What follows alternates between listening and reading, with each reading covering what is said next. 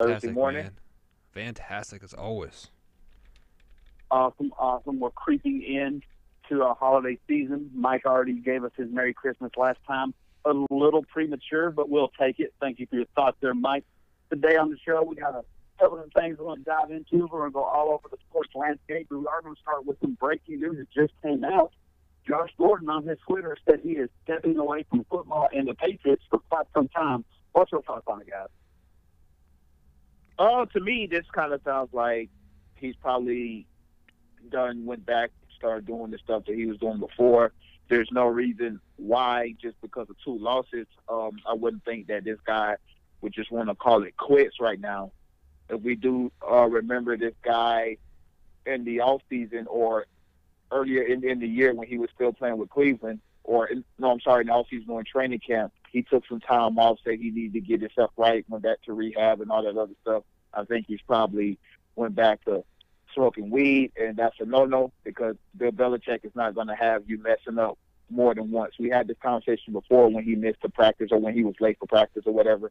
And I said then, if he messes up again, he's done. He's probably know that he's on that verge of messing up. That's the only logical explanation for this. Yeah, and Mike, what to say you? yeah, and I got to kind of echo the same thing. Like if you are not having a very successful season, he's only been thrown at the ball 71 times, and he only has 41 receptions on the year. This is a guy that is used to being the guy on the team, like getting 10 to 12 touches per game, being tossed at 15, 18 times a game, and averaging 2 to 3 scores. So it is very easy to fall back into your old ways if you are not succeeding at like what you normally succeed at. I really truly hope like he is not in that habit again. Yes, like just to cut you off real quick, Mike, yeah. I just looked it up. He said he want to focus on his mental health. So I actually congratulate him on that. That's a big step. But go ahead. I didn't want to derail you. I just wanted to make sure we got the facts. He said he's going to step away for mental health reasons. Yeah, and mental health is more important, is what he said. Yeah, man, and yes, and health is a lot more important. But that makes me kind of wonder what exactly is happening in his life. That because most of us football is that escape. So you can leave your mind for those 4 hours on a Sunday afternoon. So just like with that being said, like I really truly hope that he is not in a like an anxiety or a depression or something, and hopefully he figures it out. Because at the end of the day, he is a human being, and we don't want to see him hurt himself in any way, shape, or form. Yeah, I'm going to say that I don't think this has anything to do with anything on field. Because Billy did bring up the point. Surely 2 losses wouldn't get to him because he played for the Cleveland Browns when they were really struggling. To your point, Mike, about him being the number 1 guy, really, outside of probably high school, he's only been the number 1 guy. That 1 year he came out and surprised everybody. He couldn't have trouble at Baylor long enough to really be the go-to guy. He had that one amazing year at Cleveland, but since then he hasn't played a full season. And even this year with the Patriots, he's got some decent numbers. But you got to remember, he came in late. He came into a system where other guys had already found their role. I do truly think that, and we've talked about this with a bunch of other things, where you talk about what happened with the likes of Junior Seau or Aaron Hernandez or guys that are getting in trouble for off-the-field incidents. Why do you see that more in the NFL opposed to other sports?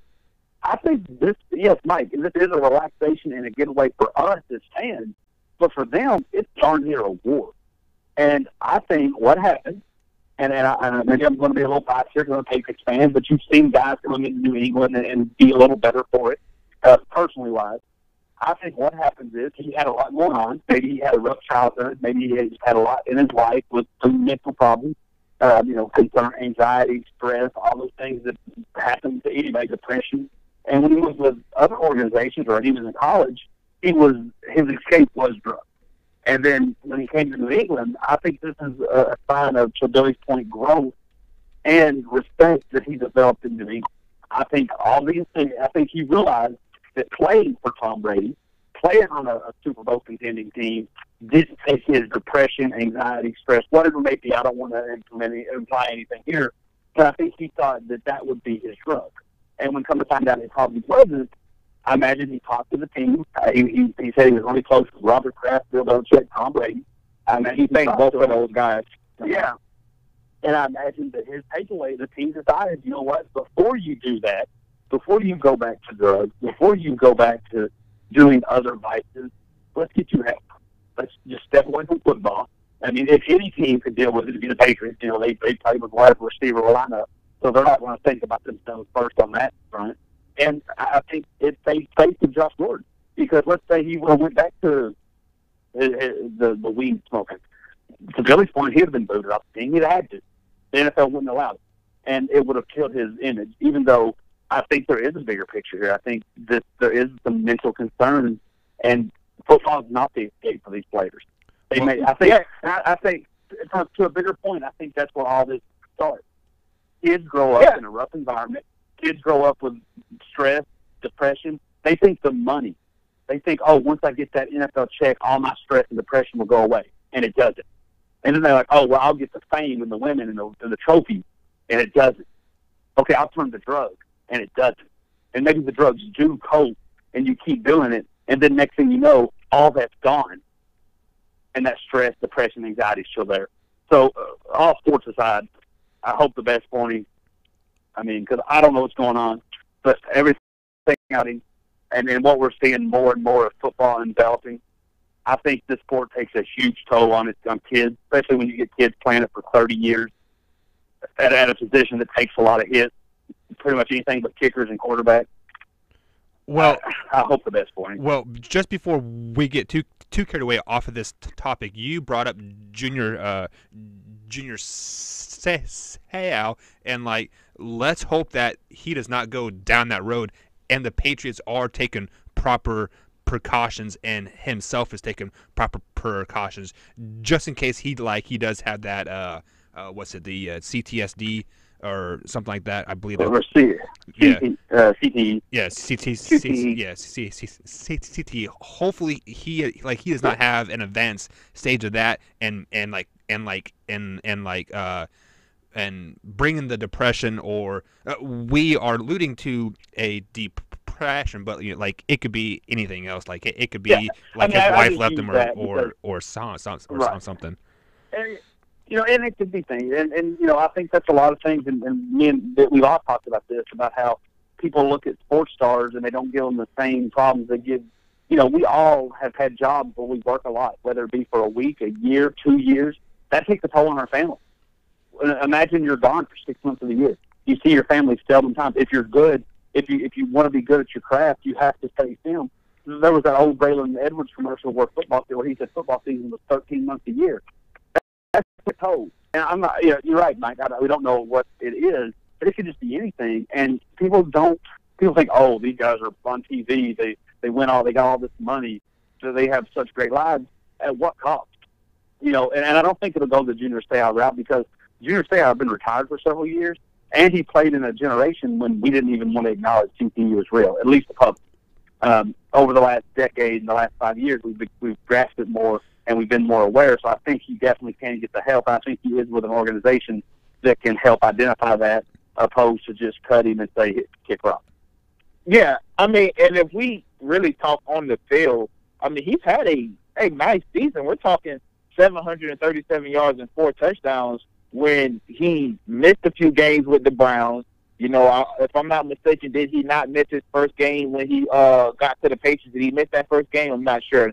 Yeah, he sat out a week and a half or something. Yeah. Yeah, exactly. And he's still at 4 touchdowns. Julio Jones, a guy who we probably want to talk about later, in another discussion, he got 6 touchdowns on the year. So and that's supposed to be the best receiver in football, and he only had 1,500 yards as the number one guy. And Josh Gordon wasn't the number one guy on this team. I think he had a pretty good season, but focusing on the mental health side as a guy who do suffer from mental health, this takes a lot of courage from a guy to say, I'm going to step away from doing something that I probably love to do, but it's probably not safe for me, especially with all the head banging and all that other stuff.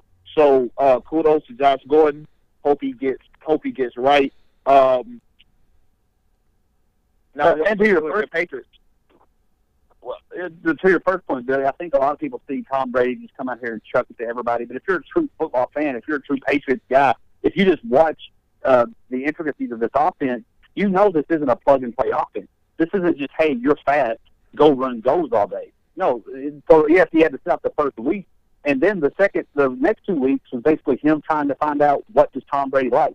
And the first touchdown catch he had was the one where he jumped up between two Colts defenders and came down with it. So it was like it was almost like Tom Brady's like, I'm trusting you, and Josh Gordon was like, you can trust me. And then he had a really good season from that point. But yeah, just on the on-field stuff, I think if you would have gave him, if he would have played, not taking the reasons his off-the-field stuff, I think if he would have played entirely this season and say Tom Brady still had another season in him, I think he would have been a great Josh Gordon. So I hope the best for him, because I think he showed a lot of people out there, if we can take care of my off-field stuff on the field, we're cool. But as far to your point, that's a good question you asked there, Billy. No, you know what? I'm going to kind of save that one for another day, because I don't know what he's going through, and I would hate to make this 100% football. Like, where does the Patriots go next? Maybe we can touch on that tomorrow or next week, because I do feel bad for Josh Gordon, because I feel like as somebody who's been in so much trouble, this is the most responsible thing he's done since coming to the NFL. Yep, I agree. Yeah, I agree with that as well. So we're going to move on. A little lighter here. Mike will probably tell you this is overrated and a waste of our time. But, hey, what are we going to do? But Pro Bowl came out. Thoughts on it? Snub, people that you thought shouldn't be in it. Billy, we'll start with you. Who was the biggest snub? Who was somebody that you looked at it and maybe you don't have a replacement for it, but you said they should not be there? Go. I'm going to go the two top quarterbacks in both divisions, Tom Brady and Aaron Rodgers. I don't think neither one of those guys should be in the Pro Bowl this year. You look at in the NFC, a guy like Matt Ryan, who's completed 70% of his passes, while Aaron Rodgers only completed 52%. He got 4,300 yards. Aaron Rodgers only got 39. He got 30 touchdowns to 6 interceptions, while Aaron Rodgers 23 to 2 interceptions. I think he's had a better year. Tom Brady, I think a guy, Andrew Luck, who's completing 67% of his passes, a little bit over Tom Brady, who's at 66. Tom Brady got 28 more yards than he do throwing the football, but Andrew Luck has 10 more touchdowns, 13 interceptions. So I think it's just, to me, it's almost like the NBA, where it's the most popular award. But I don't think Aaron Rodgers and Tom Brady should be Pro Bowls. Mike, what about you? Yeah, and I kind of think the same thing there. Like I think Tom Brady, I believe he has had one of his worst seasons since 2003 or 4 or something like that. I can't remember for sure, but this is his worst season stat wise in a very, very long time. Aaron Rodgers, I feel it is hard to keep him out just because he seems to still do his thing still, but I think there are better quarterbacks out there than him as far as this season goes. As far as players that kind of got the snub, the Carolina tailback. His first name slipping my mind right now, but Christian McCaffrey. Yeah, like I really feel like they should have found a way to get him in there. He has had a pretty good season, but if you look at it, like, he just has three tailbacks that are better than like he is stat wise and popularity wise, as Billy alluded. So like I feel McCaffrey got the kind of the snub there. So, and that's a good point you brought there, Mike. I want to touch on that in a second. My thought on this is I'm going to go with the Colts, the two Colts guys. I mean, this is a team that had a top 5 pick last year. They're on the edge of making the playoffs this year. And I think that you look at what was different. Well, Andrew Luck on offense, who was top 2 in every passing category there is. And then on defense, Darius Leonard. I mean, yes, I know he's a rookie, but he leads the country in tackles for loss. He's up there with sacks. He's got a couple he got several interceptions. And I mean, I think those are 2 people that weren't on that team last year that was really bad. And now the team is a contender to get into the playoffs. And you know how the NFL is for the playoffs. Once they get in, anybody stands a chance. So I think leaving both those guys off, especially at those positions, because if you look at those positions, I think there are guys that you could have left off. Of course, the popular one there is Tom Brady, who I think he's doing all right at 41, but I think we got to hold everyone to the standard. We can't say, hey, I'm going to let this guy in because he had good rookie numbers, even though his numbers tailed to everyone else. At the same token, you can't say, hey, look, this guy's got good numbers at 41, but in big scan things doesn't really stand up. And to what Mike, what's up, Mike? I was just gonna say, just to add to that point there, Matthew, like looking at the AFC quarterbacks, who do you really take? I'm looking at the NFC quarterbacks here. Who do you really take out though or who do you put in to leave Aaron Rodgers out? Matt Ryan. Do you think he's Matt Ryan, Russell Wilson? I mean, I wouldn't even talk about the NFC. I talk about the AFC. Well, yeah, I mean, because your 3 quarterbacks are Patrick Mahomes, definitely deserves it. Yeah. Philip Rivers deserves it.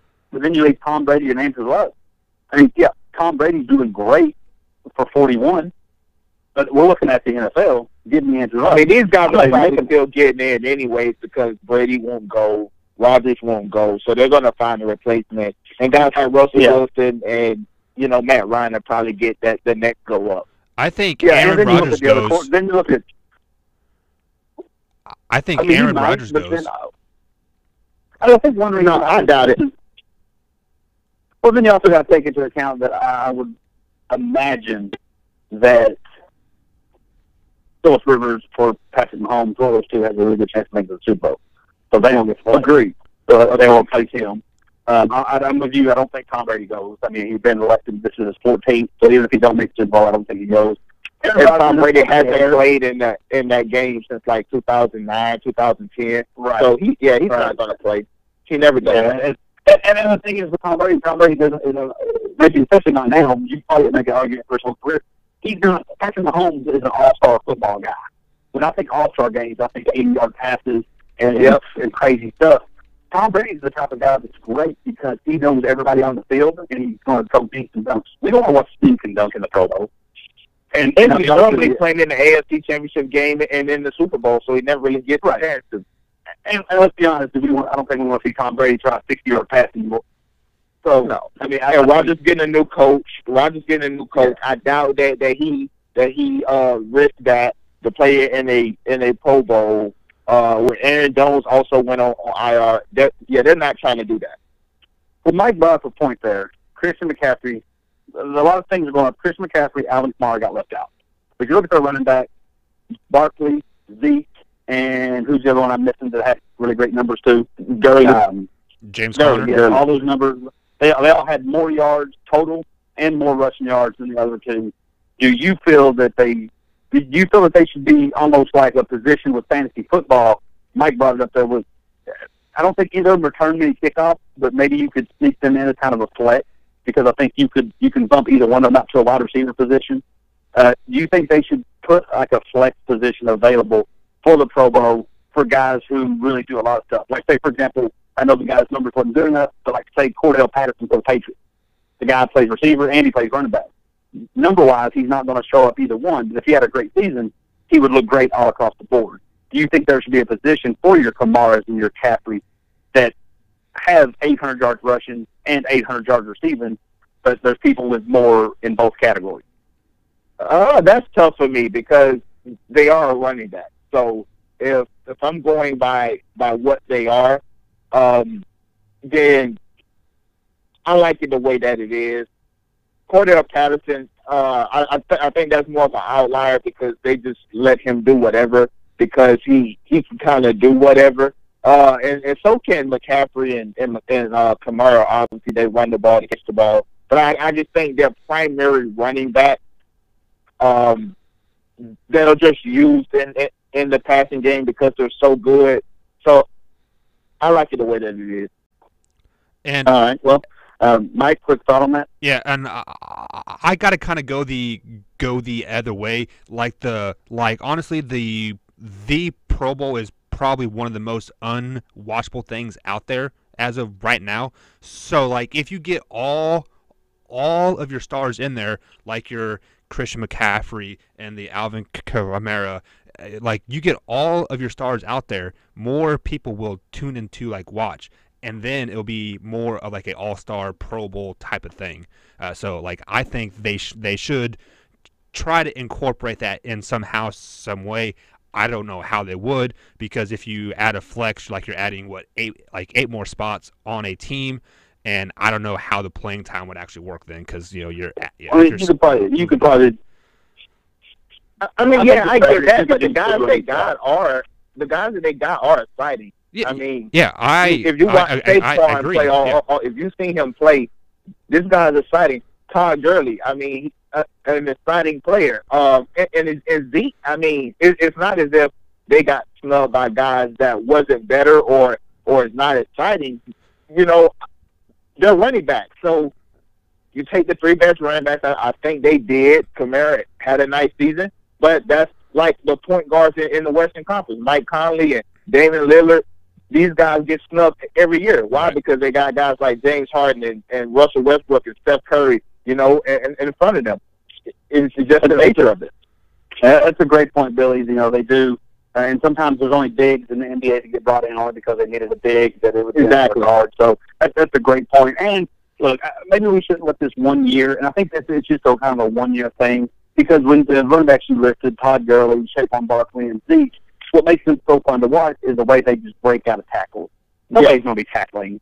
So you're not going to get to see that. I don't know if you're going to see that much effort. You might see it from Barkley because he's a rookie, but you're not going to see anybody try to tackle Zeke, three guys, and see him carry him. The refs are going to blow a whistle when contact's made immediately.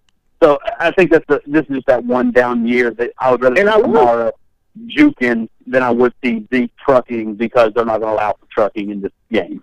But I will say this, that's how spoiled the NFL is getting us, because there's so much offense. We're going to see this a lot more often. We're going to see this going down in the years coming, where people get left off because there's so much offense that it's impossible to put everybody on the roster. And great point. And just to add to everybody's point there, Christian McCaffrey will probably make his way in there somehow, some way, because either Zeke or Todd Gurley will be in the Super Bowl, so he'll find his way. All right, see, Mike's put the Cowboy in the Super Bowl. That's how you know it's time to move on. So we're going to move on here. We're going to try to go through some of the quicker little topics I got to go through here. Yesterday was National Signing Day. Obviously, me and Billy had more of an interest in this than I think Mike did. You had Alabama, no surprise, being number one. You had 10 SEC teams in the top 25, 12 in the top 30. You had some newcomers or old returnees. Oregon made the top 5. Billy was very frustrated about Florida State, but they still finished with a top 20 class. Ohio State up there as always. Texas A&M, Georgia round out the top 5 to make their way in and kind of give Alabama some pressure. Billy, who was your signing day winner? I'm going to say Texas A&M. And, I did my show yesterday, and I talked about it a little bit. But then, I stopped recording, and I started to think. And I've been saying this for the longest. Anytime I say anything about Jimbo Fisher, I always say I don't think he's a good coach. But what I know Jimbo Fisher can do, and that's recruit. All the years Jimbo Fisher was the head coach of Florida State, we were in the top 5 outside of, I believe, his very first year. Jimbo Fisher can recruit. He can recruit, and he can put you in the NFL. He's put 4 quarterbacks in the NFL, all first-round picks, from Jamarcus Russell at his time as offense coordinator at LSU, and 3 Florida State guys, Christian Ponder, E.J. Manuel, and Jameis Winston. And he got this Texas A&M recruiting class about to finish 3rd in the country in his first year as head coach there. this guy's going to be able to compete with Nick Saban because now he has an SEC type defense, unlike what he kind of had at FSU, where we were more finessed, you know. And now he's still going to be getting those players from Texas. He went and got Christian Ponder from Texas. He can recruit in the North. That's where he got Jalen Ramsey from. He can recruit out in California. He still got the ties down in Florida. So Jimbo Fisher and Texas A&M, they're primed to have a really good career or a really good season while Jimbo Fisher's there. That's why I didn't blame him for taking the job. Plus, if somebody gives you $75 million, why not take it? Right. Mike, you care enough to give us an answer? Yeah, and I got to echo everything of what Mr. Hatton just said there. But like I really can't stop at one team. I have to go with I have to go with the SEC as a whole. They have 9 schools in the top 25 in this early signing period. So I mean, like this is just telling you like how deep and like how competitive the SEC is starting to get. I mean, like we have done shows where we said it is Alabama and then the rest. Now, I mean, like now you really have to open up your eyes. Well, Georgia is ranked number 2, A&M is 3, LSU is even number 4. So like the SEC as a whole, like I said, they have 9 teams in the top 25 in this early recruiting signing period. So the SEC conference games are going to be so much fun to watch. Maybe not this next year, but the years 2 and 3, like as these kids start to mature and they start learning their roles, like on these teams. SEC is going to be a very, very good conference, and just like I cannot take anything from the SEC as a whole right now. Well, let me slide in here. So originally, I think the obvious answer is Alabama because they're always number 1, and they were number 4 last year, though. Number 1. Well, either way, you get up there. I mean, Alabama stays typically in the top 1 or 2, and then when they do fall to 4. Last year was their first year in 6 years that they wasn't number 1. So they got and one little 6 years, and then they come out and be one of the best teams in the country, or arguably probably the best team in the country. But I was going to go with Georgia because I thought with Georgia hovering around up in the top, they can get the weapons to compete with Bama. But Billy sold me on Texas A&M. I think that's a great point. Jimbo and all the recruiting history. Now he's in the state of Texas. Now he's in a quote-unquote football conference where, everybody, there's some pride to wear. Look, I know the ACC and everybody has champions too, but let's be real. When we think SEC, we think the football patch on the shoulder, those retro jerseys that are kind of throwback to the older days. To Mike's point, sadly, as much as I'm an SEC guy, I can't really agree with that because if you look at last year, the SEC had, I think, 9 teams in the top 25. Year before, 8 to 10 teams. What happens is that the problem is, yes, they get these big-time recruits, but Mike said something very important there that does not happen. Know your role. The SEC leads in transfers.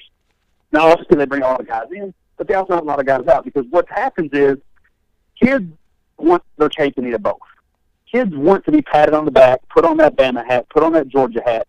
Kids want to get the SEC love today, National Signing Day. But then when it comes time to go to campus, and you actually got to work for it, and you actually got to be a backup, and you realize that everyone around you is every bit as good as you and not better, it's not as fun anymore. Now you're like, oh, I want out of here. Now you're like, well, I kind of missed the way Clemson was talking to me. I missed the way Ohio State was talking to me. They start feeling, as silly as it sounds, they start feeling like kids in a relationship. You get committed into a nice little high school relationship, and I missed the way so-and-so was nice to you. Yes, these kids will commit, and they want to go to the SEC because they want that. Imagine if you commit to an SEC school, there's just something magical about National Signing Day. But then once it comes time to put the work in, a lot of kids just don't have it. And that's why you see kids slumping from Kentucky, Vanderbilt, Tennessee, Florida, and for some reason they stay in Bama. I mean, I guess you can go into a conversation about and talk of benefits, but you don't really see them, unless they're a quarterback, you don't really see them fleeing from Bama very much. So it'll be interesting to see. On a quick side note here, did you guys see that LSU coach's press conference like after he told his kids to be quiet like four or five times? I gained a lot of respect for for the LSU coach at that time. Like, if you guys haven't, go check it out. And his voice, man, like I think I've seen it is something gnarly. like that, but I just skipped past it. Yeah. Ed Orgeron's got a voice. I mean, all right, moving on to some quicker topics here. Anthony Davis, a lot of the hype rumors says he's going to L.A. LeBron says he would love to have him. Boston's working up a package. They want to try to send a whole bunch of first picks that aren't theirs, so it'd be higher picks. They want to send some other great talent to New Orleans to try to get Anthony Davis. Giannis at the game yesterday was telling Anthony Davis to come join him in Milwaukee. I don't know what's going to happen. None of us really do. Where do you think the best destination for Anthony Davis is? Take a couple minutes here. Mike, what do you got? So, looking forward, if Anthony Davis were to get traded in the next 6 weeks before that NBA trade deadline, I think he would fit great in LA because they are a piece, maybe two pieces, like a way of really competing in the West in like a realistic fashion. Like I think right now they're ranked 4th or 5th in that conference, but they legitimately don't have the players or the depth to make a deep run in the playoffs. Now, if Anthony Davis were to wait until free agency, then he could go to the Celtics, where they're clearly are wanting him and making a push. Would he be a great fit? I really don't know. But to be honest, I think Anthony Davis stays where he's at. He said in a press conference after the game, he is focusing on turning this team around, meaning the New Orleans Pelicans, where he's at. And I think he is a guy that wants to stay where he started and maybe build something great there. Billy, what say you? I think his best fit will actually be with Kyrie on the Boston Celtics. To me, that's the best fit because you will have more of a inside-outside game, and although Kyrie works in that mid-range area, it's more dribbling, shooting off shot, pick and roll. I think him and Anthony Davis would be perfect there. Now, of course, it'll work with Anthony Davis and LeBron. They're two great players. Of course, any two great players will be able to work together. Kyrie and LeBron didn't necessarily go together. They were just so great that it couldn't fail. So for me, Anthony Davis to Boston Celtics, it'd be him, Kyrie. I think they were gonna give away Tatum and Morris and some more guys. He'll be in the Eastern Conference. I think they'll be able to get over that Philadelphia team, who I don't really know what they are. Ben Simmons still can't hit a 2-foot jumper. He's horrible, isn't he? The Raptors only with Kawhi Leonard. Who knows if he actually wants to stay in Toronto, or do he really want to go to the Clippers? Because that's been a really big thing, Kawhi to the Clippers. So Anthony Davis, Boston Celtics, Eastern Conference, I think him and Kyrie will be able to run that conference for a long time. Just to add to that point, though, he cannot go to the Celtics, or the Celtics can't even offer a trade till the end of the year. So if the Pelicans are going to want to get compensation for him, they're going to trade him at the trade deadline. Yeah, but he still has 2 years left on his deal. Right, and why couldn't what's the deal with Boston trading? I mean, they're it is something about how Kyrie signed an extension with Cleveland, and then he went to the Celtics. So the Celtics cannot pick up another extension type thing before the end of the year. I didn't quite understand what they were. From my understanding, they can trade for him, they just can't sign him, and they can't trade Kyrie. But as long as they trade a pick that they just didn't get, and they don't trade a player that they just traded for, they should be good. I mean, from my understanding, now obviously I know the NBA. But he has 2 years left on his deal anyway, right. So he's there this year and next year regardless. So there's really no rush to trade him this year because he still have another year. And to both the points here, I mean, New Orleans, he seems to like it. New Orleans could, with 2 years, New Orleans could talk him into staying. Now, I'm going to be real selfish here and real quick because He's I not have the going to future Golden answers State. to all my faith. He's not going to Golden Well, State. hear me out. Hear me out. KD's don't. You let KD go. KD decides he doesn't want to sign again. You let Draymond go. Boogie obviously signs a big deal. You got two guards who seem to be happy there, staying Clay and Steph. They're very unselfish guards.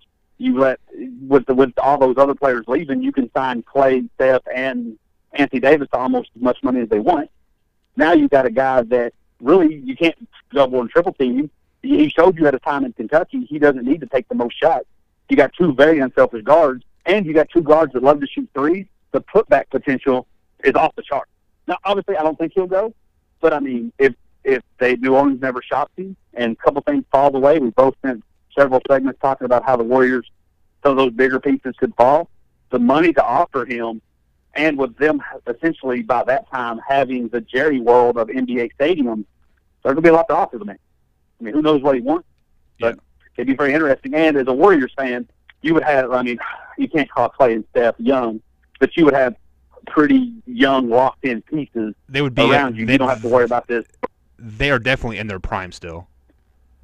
Yeah, you don't have to have this conversation every year of, oh, the Warriors are going to fall apart this summer because you have your three main pieces. And then you could probably go out and afford whatever that version of Kyle Korver is, just a young, cheap shooter. Mm-hmm. All right, guys, real quick here. Our last main segment before we get into our little games we like to play. For this segment, Mike, I know you're a Kentucky fan, but I'm going to give you K-State because I'm a Kentucky fan, so it just kind of evens everything out. And I'm assuming, Billy, you're a Duke fan. I know you're a Duke fan. For college basketball, Christmas time coming up, meat of the schedule's coming up, conference play is about to start. Time you get into conference play, you're going to be running right into March Madness. For your team, if you could give your team anything, and it doesn't have to be like realistic, it doesn't have to be an actual gift. If you could grant your team anything for Christmas to prepare for March, what would it be? Billy, start. I'm going to say a center. I think we need a center. I like Marquise Bolden. But I think if we have one of those college-type, Jahlil Okafor type guys, I think we'll be all right. Mike? And I'm going to have to go with 2 ankles for my man, Dean Wade. He is out 6 to 8 weeks. That is what inspired this question, Mike. That's why I gave you K-State. I saw your Dean Wade post. That's what inspired this entire question. I wasn't trying to boot you off the Kentucky bandwagon. I just wanted to hear what you said. Answered perfectly. Please continue. Yeah, I mean, Kansas State, we shown it in the Big 12 championship game or in the Big 12 conference playoff last year. When Dean Wade isn't on the court, our team just isn't very good. And since Dean Wade's been hurt, we've been struggling against a team like Tulsa. And I guess you can say we struggle against Marquette too, but Marquette is now ranked like 14th or 15th in the nation, I do believe. But give me 2 good ankles for my man, Dean Wade.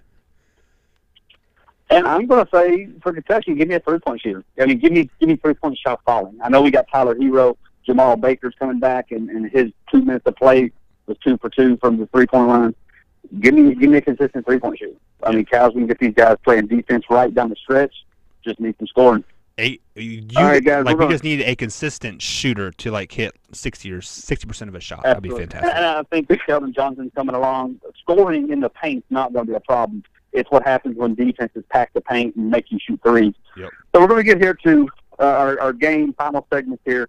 One thing I will say is, if you notice, all of our games are essentially the same. I just changed the name. Mike doesn't pay me enough to be creative. So the first game we're going to go is, the kids like to say, show me the lie. I'm going to give you 3 statements, and you're either going to show me the lie or say no lie detected. Rules seem pretty simple. Number 1, Patrick Mahomes will be NFL MVP. Show me the lie. Mike.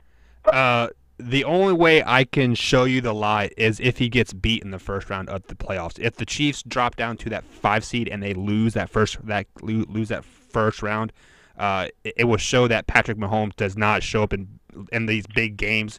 So you'd have to give it to Drew Brees at that point. Billy, I think he will be the MVP. I think no lie detected. No lie. All right, no lie. Giannis Antetokounmpo, I butchered that name, the Greek freak, is the best player in the NBA. Show me the lie. Ooh, no lie detected. I saw Billy. him play last night, and he looks like a complete all-around player right now. Billy, show me the lie. LeBron James. There you go. Best player in the Lie. NBA. Show me the lie. He did. And final one here. It is a smart decision to bench Cam Newton for the remainder of the season. Show me the lie, Billy. No lie detected. Mike. So the real question is, who are you asking? Are you asking the coach of the Carolina Panthers, or are you asking the organization of the Carolina Panthers? Just asking you as a football fan, my friend. Well, as a fan, it is smart to bench him, so no lie detected. All right. Going I on think to that's one of what our coach favorite. it is too, right? No, because that coach is fighting yeah. for his job. You want your best I- guy out I there think at to this point- give a position to like win the game. At this point, I think it's. I mean, Ron Rivera's fate sealed. If in their mind, Yeah, they're not getting to the playoffs. going to happen. Yeah, so I mean, either I think actually this is smart for him because you get to come back in there and say, "Hey, see how we started? Give me a healthy Cam Newton. I can do some more." Exactly. All right, I'm going to add one flash emergency. Show me the lie. Next year there will be a 4-point line in the NBA. Show me the lie. Yeah, that's never going to happen. No, Billy. No, it's never going to happen. Mike, go with it. No, it's never going to happen. Yeah, that's never going to happen. I guess they can try it out in the All-Star games, see how it works, see if people like it, but I don't see it happening anytime soon within the next 10 years.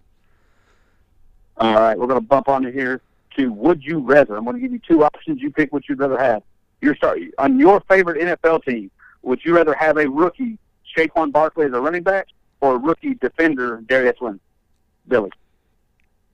Saquon Barkley. Give me the points. Mike. I'm a Kansas City Chiefs fan, so I got to go with the defensive guy because our defense is horrendous. Not surprised at all. Who do you give the blame to more? Or which do you think is more egregious? When a player commits to a school and then flips last minute, or when a coach gives a scholarship and then pulls it last minute? Billy. Coach give a scholarship and pull the last minute. Mike. I am assuming that the coach hasn't switched schools or like anything like that. So pulling the scholarship is kind of a punch in the throat. Yeah, I'm going to go there, too. I got to side with you guys on that one. My point on it, to your point, Mike, I guess when the guy did it in Louisville, that made a little sense. He's a new coach. Yeah. But when you look at just your typical coaches doing it, I think they're both frowned upon. I'm not a fan of both because I think once a player commits, the coach stops recruiting. But also, you're dealing with adults with kids. I mean, if I had to make an important decision when I was 18, please don't hold me to that to this day. And I think as an adult, especially as a grown man, to steal from Mike Gundy, I'm a man, I'm 40. When you're a man and you're 40, I expect you to stick to your decision. Yep. Yeah, but Go ahead. No, I was just going to say, I agree with both you guys. What are you saying, Billy? I'm going to move on to the next. No, I was just going to say on that, I think a commitment is a little bit different than a coach actually pulling a scholarship because now you're taking away opportunities instead of just saying, oh, I changed my mind, Oh, I'm giving you just an okay, yeah, I'm going to do it. And I have the right to change my mind, but to take away an opportunity, I think that's a little bit different. then just to allude to that point, if a player commits to your school and you're offering him a scholarship, that is potentially taking a scholarship away from another kid. So I mean, like either way, like it sucks. But I mean, like a coach taking away a scholarship is nothing more. Sounds like maybe one day we can tap into a little more of that. I mean, it's going to happen until the cows come home or guys want to transfer out. Would you rather? Would you rather have your college basketball team go 40-0 and win one national title, or 35-5 but win two national titles? Billy. 35-5 and win two national titles. Mike. Well, I think the correct answer is going to be two. But if you go 40-0 and you win a national championship and you're undefeated, your name is forever locked in the history books. But as a smart fan, I'm going to go with two national championships. All right, guys. It's very tough. I think there's something great to be said about going 40-0, but 2 is always better than 1. All right, at the last segment here, I'm going to give you some rules for college football that I'm going to force through. I'll tell you guys are a part of the rules committee in college football. I'm going to present you with some quick rules that I want changed. You either say pass or deny. That's all I need from you. I'm going to give you a rule. If you agree with it, pass. We're going to go Billy, then Mike. So we're going to go through this quick. Number 1, get rid of all conference divisions. Pass or deny? Pass. Deny. Mike. Deny. Rule number 2, all conferences will play the same number of conference games. Pass or deny, Billy? Deny. Yeah. Mike. I'm going to have to go with Billy. Deny. As we've talked about this plenty of times, so I'm going to present a new playoff to you guys. 8 teams, all 5 Power 5 champions, 2 at-large, and 1 group of 5. It's got to be those stipulations. Pass or deny, Billy? Pass. Mike. Pass. All right, moving on. Giving players the ability to profit off themselves any way they see fit. Pass or deny, Billy? Pass. Mike. Pass as well. That's twice on Saturday. Number 5. All about the Benjamins. Exactly. Force Notre Dame to join the Power 5 conference. Pass or deny, Billy? Pass. Mike. I'm going to say deny. Moving on here. Every Power 5 team must play 1 road non-conference game. Pass or deny, Billy? Pass. Mike. So, like, when you say, like, non-conference road game, like, are you playing it against another Power 5 conference or just a road game in general? Yeah, like Kentucky must play Rutgers on the road, and Florida State must play Pass. Oklahoma. Pass. Okay. And the final one here. Players can transfer anywhere they want and play immediately if the coach leaves.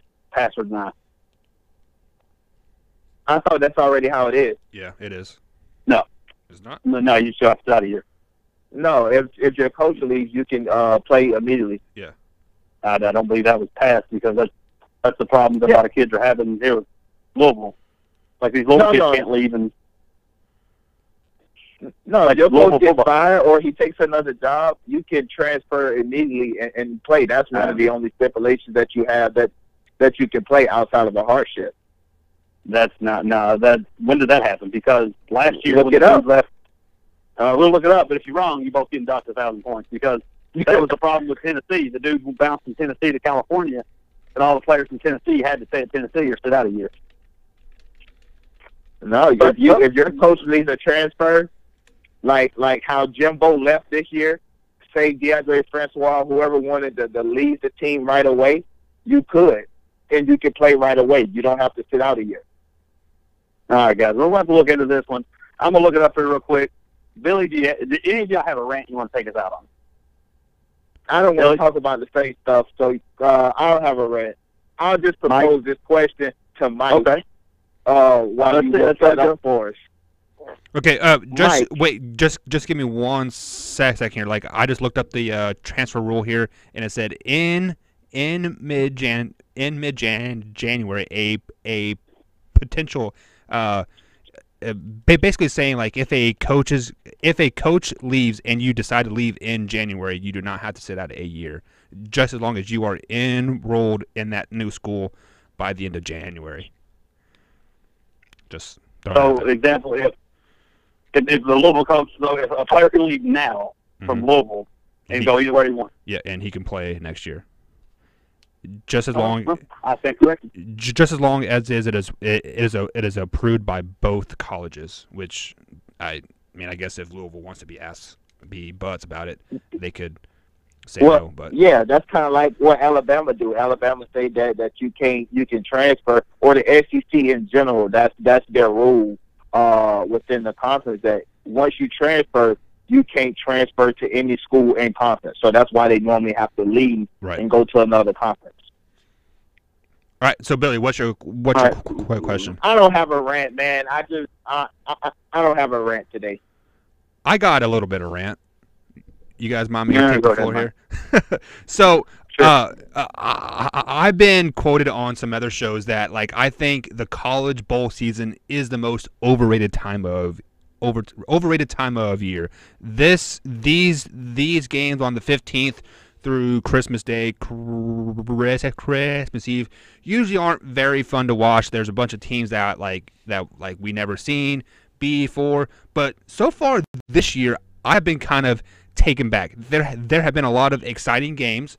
There are a lot of kids playing their hearts out there. This is their final game of their career, looking to make an impression on the NFL scouts. Maybe get invited to the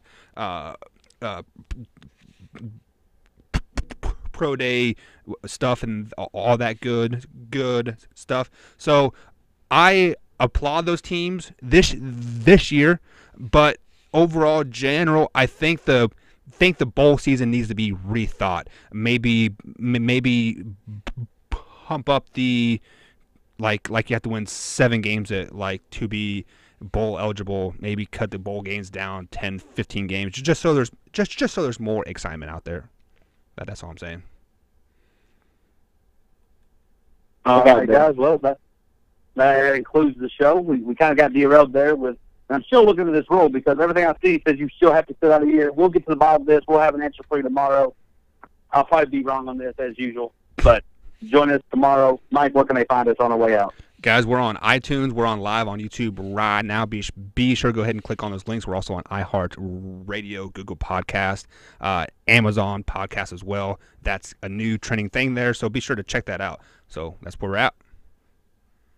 All right, we're out. Bye. All right, guys. Can we stop cutting you right there?